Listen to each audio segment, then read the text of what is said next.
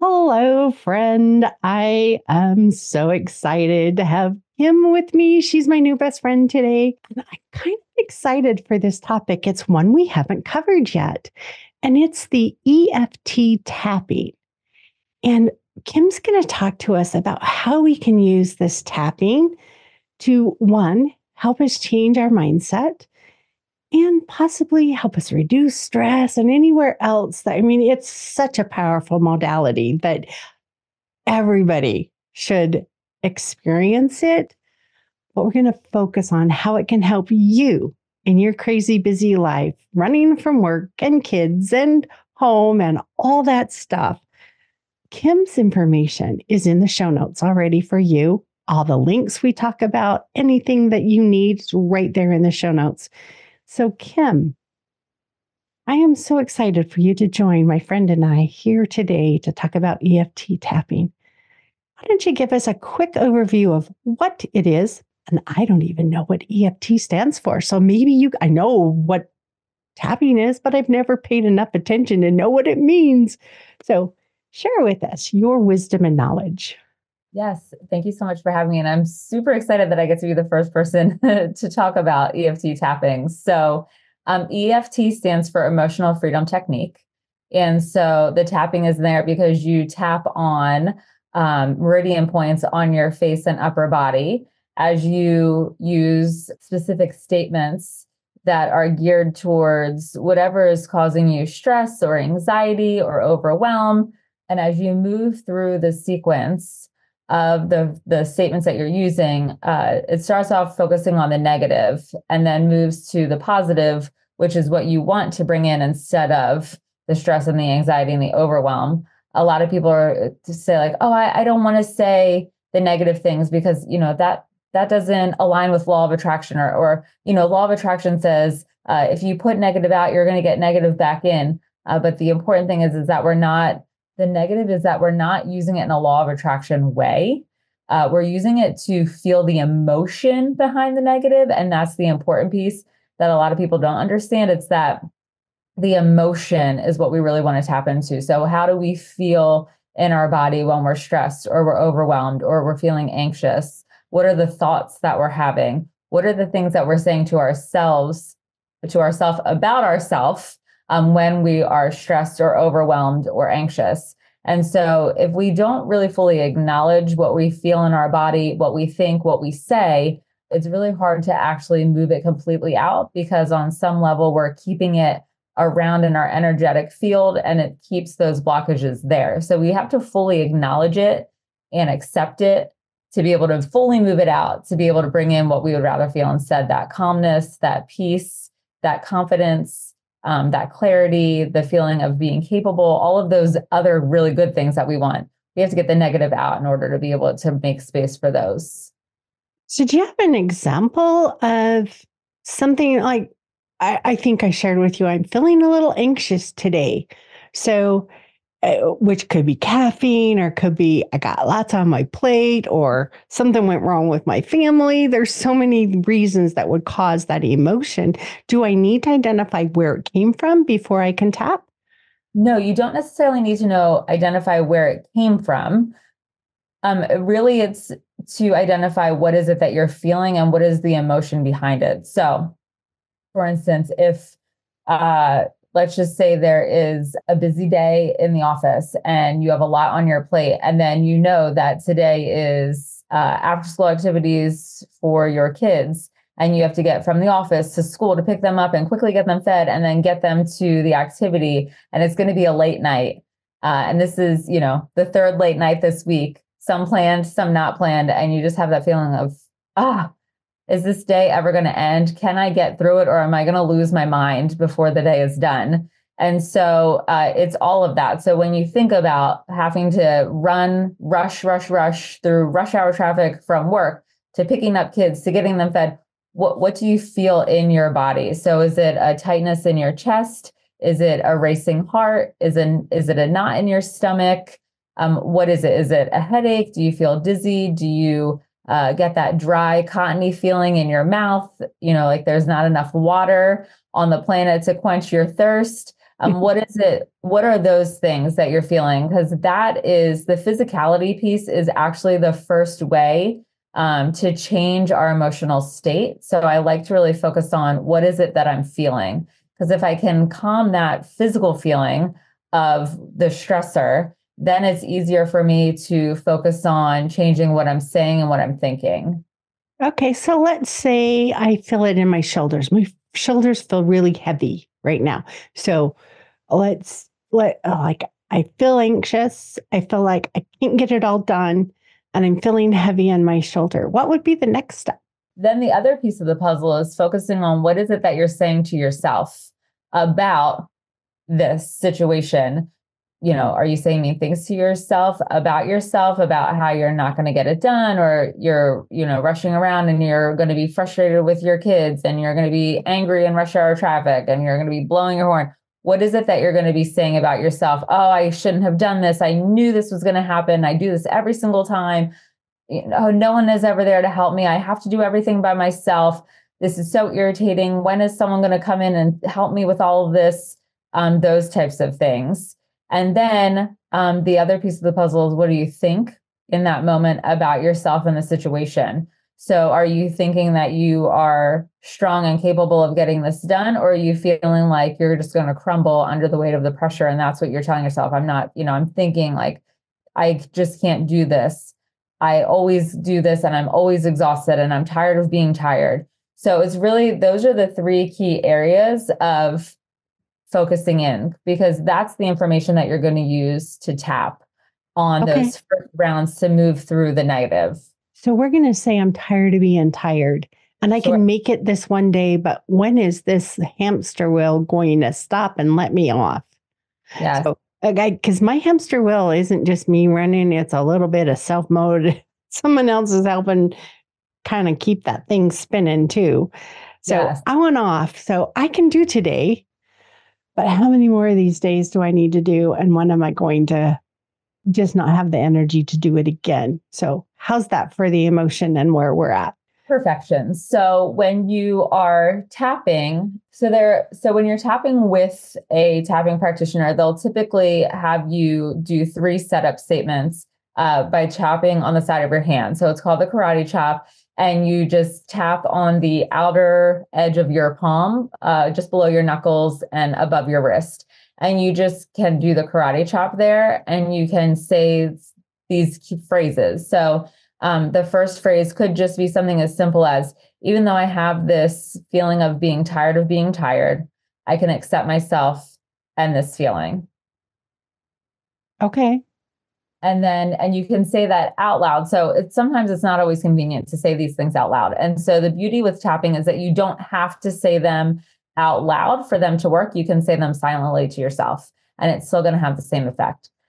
So I'm in the middle of the board meeting and I'm chopping away. Well, can I do it? How is there another way where I can do it under the table? Yes. So you don't want to chop in the middle of the board meeting, because they're going to look at you and think you've lost your mind, and they already know that. Well, maybe we don't want everybody to know. So you just want to make it look like you still have it all together. So there are a couple little things that you can do without all of the statements. So the using of the statements is really, if you are in a space where you're one-on, individual with someone who is trained to do EFT tapping, or if you're by yourself, maybe locked away in your closet, if you've managed to escape kids, pets, husband, and life long enough to lock yourself in the closet or lock yourself in the bathroom, unless you have a cat who knows how to open the door, and then maybe you're still not safe. Maybe you need to go out and sit in the car in the garage. So I love this. Right. That's where you can use these statements and tapping on the side of the hand and using all of the meridian points, which I can verbally explain. But there are 2 things that you can do where you can just tap without talking. And so this is where you can use it if you're feeling like you're going to lose your marbles in the middle of the board meeting. So you can actually squeeze each fingertip where your nail bed meets your skin. And so you can just squeeze each fingertip. And the beauty of this is you can just keep your hands under the table and squeeze each fingertip. as you just breathe. And that's all you have to do is just breathe and squeeze your fingertips. And you can just do it on one hand. You don't have to do it on both. Okay. And that will help. Okay. So now I decided that I need to chill. I've gotten home. I'm still feeling a little anxious. So I decided to take a relaxing bath. So now I'm in the bathtub. What do I tell myself?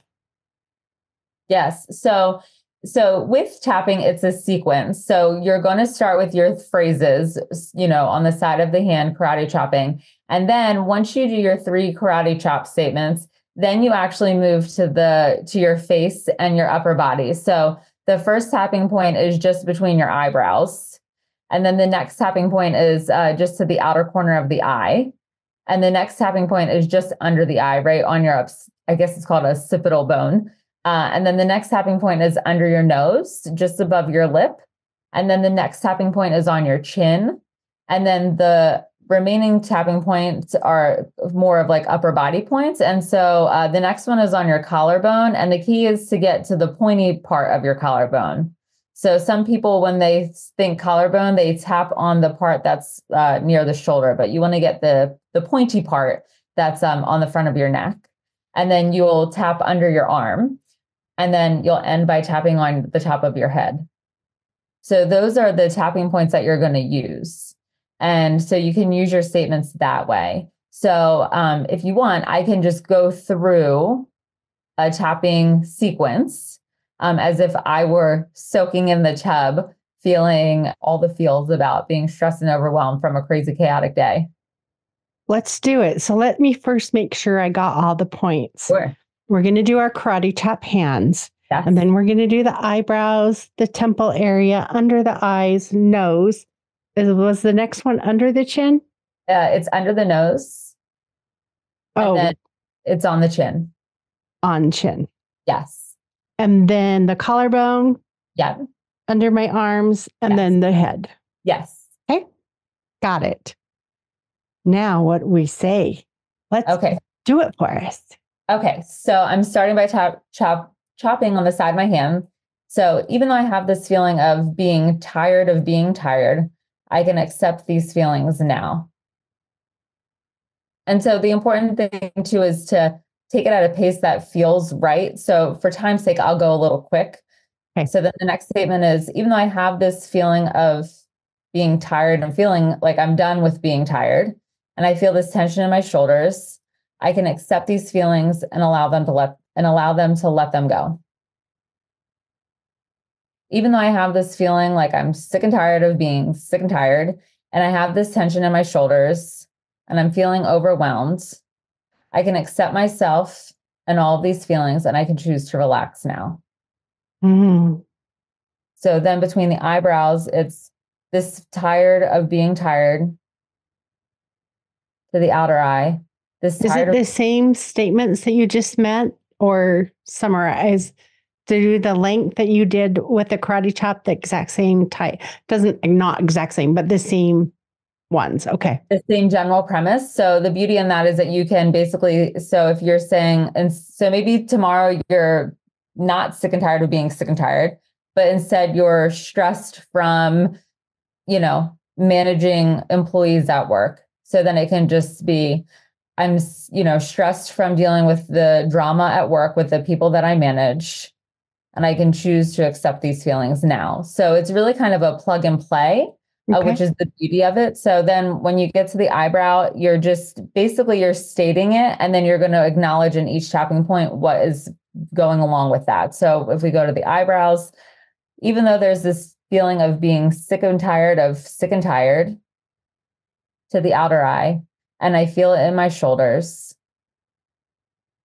under the eye, there's all this tension under the nose, and it's making me feel like I just can't do it any longer. To the chin, and I wish that I had someone to help me get through to the collarbone, because tomorrow might not be such an easy day to make it through alone. Under the arm, this feeling of being sick and tired to the top of the head, I'm ready to let it go now. So you want to check in with yourself to see if the feeling has gone up, if it's gone down, if it's stayed the same. So if it's stayed the same or has gone up, you're going to want to do that again. So the way that we check to see if the statements are effective is we check on a scale of 1 to 10. So 1 is neutral, feel nothing. And 10 is, I just can't take this any longer. I'm ready to just qualm out of my skin. I just can't take it. So the goal is that you start at that original number. So let's just say that today, the feeling of being sick and tired of being sick and tired was at a 9. And then I went through that first round of tapping and it went down to an 8. So I'm going to do that same thing all over again. And this time I'm going to say, even though there's still this remaining feeling of being sick and tired of being sick and tired, I can choose to accept it and let it go. Even though I still have this feeling of being sick and tired of being sick and tired, and I'm feeling this tension in my shoulders, I can choose to accept myself and all of these feelings. Even though I have this feeling still of being sick and tired of being sick and tired. So once you get through those 3 karate chop statements, then when you come to the tapping points, you can say this remaining feeling of being sick and tired of being sick and tired, this remaining tension in my shoulders. And so as you go through the next round, you'll just insert the word remaining or this still feeling like this. And so when you get through that whole sequence again, you want to check in again and see where are you on that scale of 1 to 10. And so when you get down to like a 4 or a 5 on that scale, that's when we can start bringing in the positive, because we moved out enough of the emotion behind the negative thoughts, the negative self-talk, the negative feelings within our body because of the situation, that we're ready to bring in the positive. So once we're at that 4, we don't have to do the karate chop anymore. We can just go right to the tapping points on our face and upper body. So it would look like this. I've let go of this feeling of being sick and tired of being sick and tired to the outer eye, because I'm human and I'm doing the best that I can. To under the eye, I know I'm a good mom and my kids love me. Under the nose, and I know that my partner appreciates all that I do. To the chin, and I know that I can do this again tomorrow, even when it feels like I can't. To the collarbone, because I'm strong. Under the arm, because I'm independent. And to the top of the head, and because I'm capable. And so if that feels really good, you can do that again, or you can add in other things that are positive that you want to feel around the situation. Like maybe you want to say to the eyebrows, and it's okay that I ask for help, to the outer eye, because I don't have to do it all alone. Under the eye, won't be seen as weak. Or under the nose, a burden. To the chin, because I'm only one person. To the collarbone, and I can only do so much on my own. Under the arm, and I'm a role model for my kids and showing them that it's okay to ask for help. To the top of the head, and it's not a sign of weakness. So something like that. So there are many different ways that you can put the positive spin on the statements that you're using once you get your nervous system calm and you're no longer at that escalated state of, 6, 7, 8, 9, or 10. I like it because it seems, I like that you're bringing it down and assessing it and then bringing it down. And then it's like, okay, it's relaxed or released enough that now I can add, because we cannot add to an already full plate. So as we release these negative thoughts, once you get to a point where, okay, there's room for some positive. I like that, because you just overflow it if you try to shove it in right at the beginning. It's not going to work. No, and it also doesn't feel believable, because we are in that state of feeling frenzied and stressed and, oh my gosh, I've done this to myself again. When am I going to learn? So if we try to just go right in with the positive, our brain is naturally going to be like, yeah, right. Who are you kidding? You don't believe this. You know that you really are not going to do this. You really know that you are messing up again, just like you always do. So it makes it really hard for the brain to be calm enough to take in that positive, to give you that permission and reassurance that you are really just enough as you are, and that you really are doing all that you need to do, and your journey is just as it should be. So for our friend that is listening to this podcast, there is a link to the YouTube podcast where you can see Kim do the tapping and follow along with her so you know where those meridian points are. So just, when you have a moment, jump on over there and go ahead and watch this so you can follow through. And of course, how to get a hold of hers in the show notes. But we need to take a quick break. When we come back, I want to talk about, so we talked about an emotional, what about that negative self-talk and how, you kind of, you covered it, but it was in my head, I'm feeling stressed. And that's a moment of time. But sometimes it's every day where you wake up and go, I don't like going to work. I don't like going to work. And it's repetitive and it just really digs in there. So how do we take that negative thought and do the same cool practice, but with something that's a lot deeper than a moment of stress? So we'll be right back.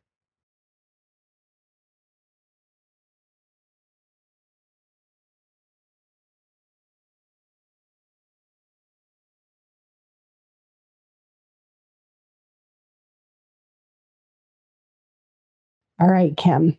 I know I can do this for a stressful moment, but sometimes some of the things I face are so repetitive in my brain and over again. What can I do when it's way deeper? Like I'm just out of energy and I don't know if I can go to work again and again and again. Yes. How do I frame that? Or can it take like maybe for a moment I feel fresh and then tomorrow again I need to do the same tapping? Is this just something we just keep working on? It is, because typically when we have these feelings, they didn't become our thoughts in that one fleeting moment. They are our thoughts because we've been thinking them over and over and over and over, and we've been looking for evidence to support these negative thoughts that we're having. And so it's really a matter of practice to start looking for the opposite. So looking for that moment where you actually maybe had just a small glimmer of happiness and joy at work. Maybe there was a small glimmer of where you felt like you actually had it together with getting maybe lunches made the night before and you were out the door maybe only 1 minute late. So we get into this, I'll say habit or this practice of just always focusing on where we're lacking instead of actually taking the time to celebrate where we aren't. So when I cross-check myself, I always ask myself, is it 100% true that I hate my job every single day? No, it's not 100% true.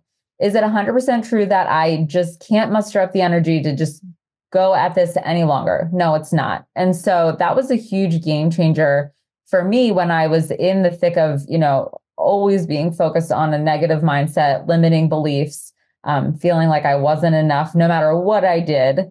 And it was really that realization of checking it, looking for the evidence to support where I was actually doing a lot of things really well and a lot of things great at work, as a mom, as a spouse, as a community member, as a family member, in all ways, shapes, and form. And so I think we just get so used to beating ourselves down and feeling like, oh, our social media feed doesn't look like someone else's social media feed. Oh, I went to someone's house for a play date and their house was spick and span. My house looks like a hurricane came through. And so we get into this comparison mindset almost. And then we use all of those things that are just snippets of other people's lives. And we say to ourselves, oh, it's like that all the time for them. They always have it together. I never have it together. And that's not true. So really just putting things into perspective can also be a help in terms of snapping out of that feeling of like, this is how it always has to be. I like that. And, as I'm thinking through this tapping and it slightly increases through each cycle, I bet you our words start changing a little bit because they're not feeling as drained. So it's that, I preach changing our words. This is a nice way to not just do a 180 and to slowly move into the new thought process. So once we get to that new process, how do we really ground it in? So it's more of a go-to. Once I go through the tapping, is it faster the next time?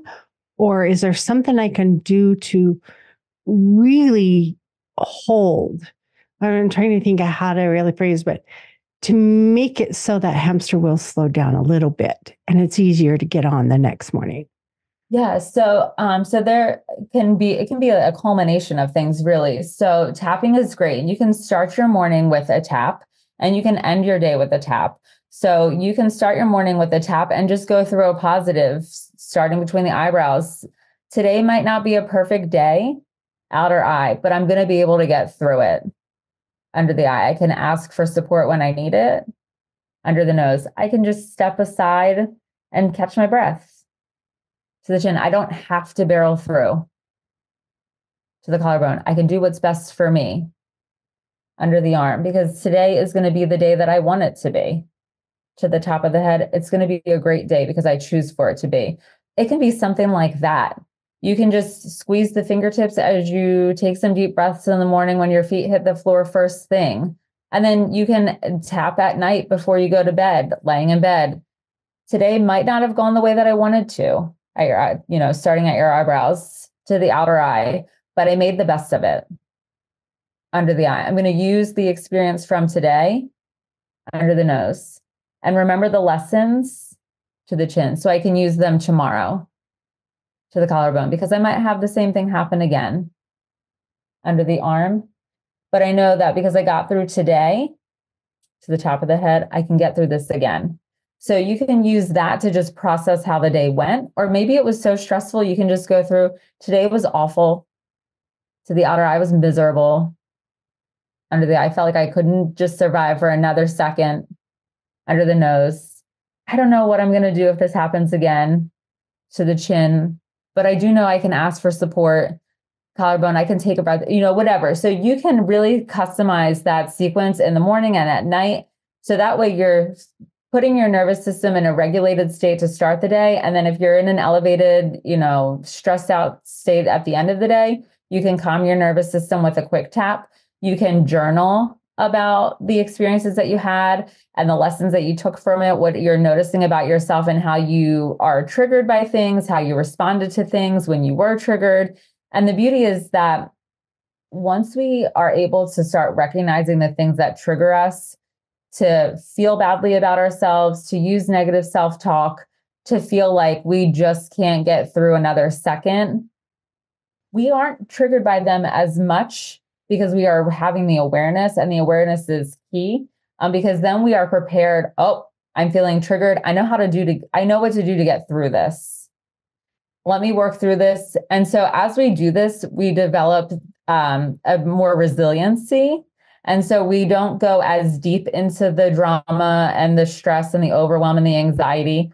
We're not going to go as often. And then it's not as deep, not as often. And there's one more that my mind is drawing a blank on at the moment. It will come to me, but that's really the beauty of it, is that you are actually training your brain and yourself to be able to move through these situations with more ease and less hamster wheel feelings.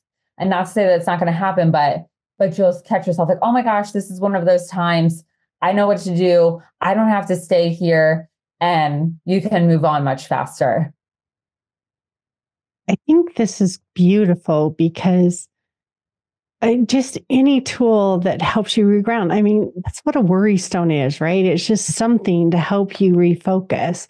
But at least this is adding your meridian points, parts of your body, parts of your memory. It's you that you're rubbing and you're tapping.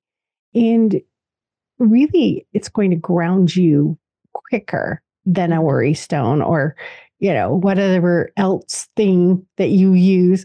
I have a tendency to rub my hands together. It's like, and that's just my way of pulling myself out of my head and start feeling. And so I'm listening to this tapping and I think, oh, it's all feeling.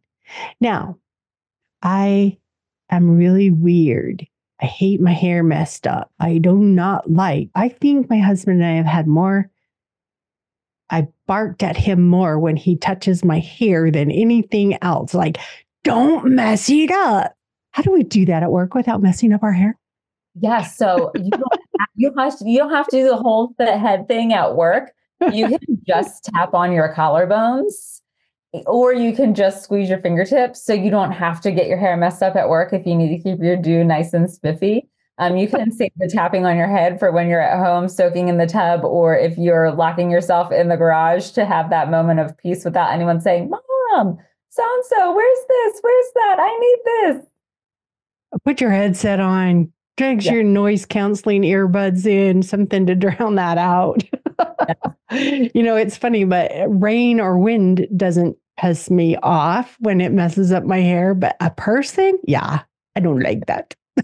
Well, I mean, Mother Nature will give her a pass because she Yeah. doesn't necessarily know any better, but human beings, they absolutely know better that you never mess with someone's hair. Well, at least not in my house. No, I love this. And I think it's a great tool that any of us can benefit from, because really, when we are in that negative cycle, it kind of speeds up and it gets deeper and deeper. It's like a drill going into the bottom of the earth. And the quicker we can start reversing that auger to just back out, the sooner we have peace. And so if it's something simple like this that I can do, I know I went through a class and their points were massaging the ears. And I know that there were times that at work I would just start doing my ears and just like, relax. Yes. So yeah, I like it. So go ahead. You don't need a worry. Like, what happens when you don't have your worry stone in your pocket? Then you might feel like, oh my gosh, I just can't come down from this. But the beauty is, like, your hands are always attached to you. So you'll never be without. And your collarbones are always there. So you'll never be without. So it's just a really great tool that's always available to you. And I just remembered the other one. So you won't go as long. So you won't stay in that, nervous, stressed out, angry, anxious state as long. So maybe in the past you were fume and spew and ruminate for 30 minutes, but now maybe you're down to 15 minutes. So there's growth there. The other thing is it doesn't happen as often. So maybe there's something that bothers you at work every single day. And then now maybe it's only bothering you 2 days a week instead of 5. And then the other one too is that you don't go as deep into the spiral. So that's the big one. And that's typically where we get stuck. It's like once that trigger happens, then we can, it goes down and down and down and down and down and down and down and down before it's just, the world is coming to an end and life is catastrophic. So when you have these tools to work with your mindset, you just don't go as deep into that spiral. I'm glad I remembered. All right. So it's going to shorten the duration. Yes. It's going to lessen the frequency. Yes. And make it so we don't have to go so deep. So keeping it at a higher level each time. So it's easier to back out. Mm-hmm. Okay. I like it. Are there any last minute words of wisdom or things that you want to share with our friend on how to get a hold of you that you would like to do to close out this session? So, all my stuff is in the show notes, but email, Instagram, whatever is good for them is good for me. I'm on all the things. But the other thing too is that I just want the listener to know that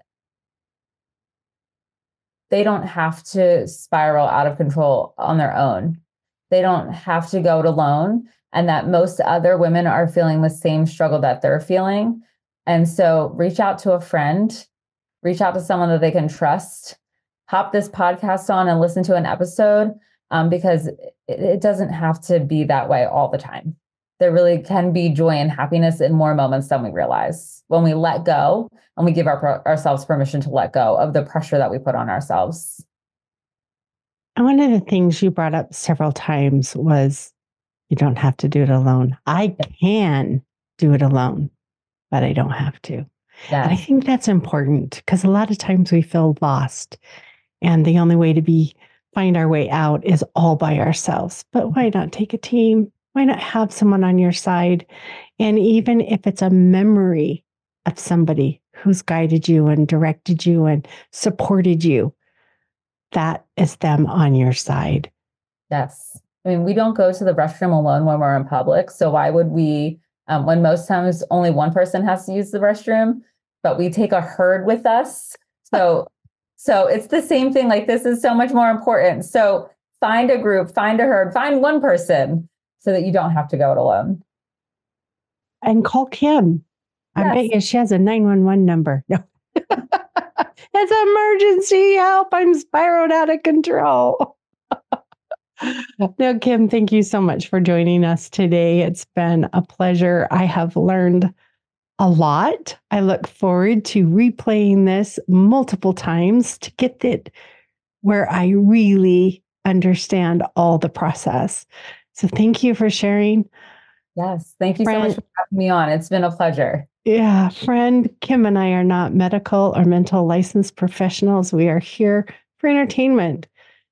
People that have found tools that help us and want to share them with you in order to help you simplify and shorten your crazy days. So stay tuned for the next episode.